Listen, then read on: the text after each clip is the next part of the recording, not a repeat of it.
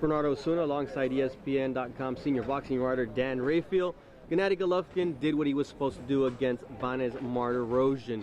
What do you think of his performance and him getting back on the knockout streak? Well, getting back on the knockout streak, that was obviously fun for the fans. It was exciting to watch from the standpoint that his previous two fights went the distance, 12 rounds in a close fight against Danny Jacobs, the draw that most people thought he won last September against Canelo Alvarez. So he starts a new knockout streak. Like you said, did exactly what he was supposed to do. Really just blew out a fighter that really shouldn't have been in this fight in the first place, but because of the late nature of them making this matchup, desperate times call for desperate measures, and Vanes answered the call and then got knocked out. Gennady Golovkin said, in 2 rounds, Vanes fought more than Canelo fought in 12 rounds. The fans want to see a total of 24 rounds between these two guys.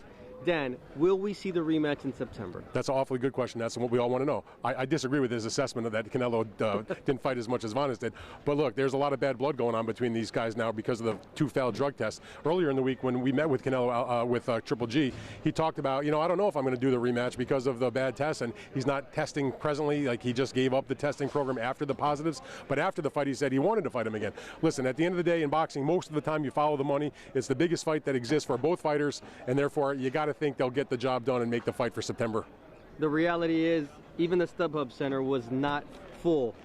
Canelo needs Gennady, and it's proved once again, Gennady needs Canelo. We hope to see this fight in September. For Dan Rafael, I'm Bernardo Osuna.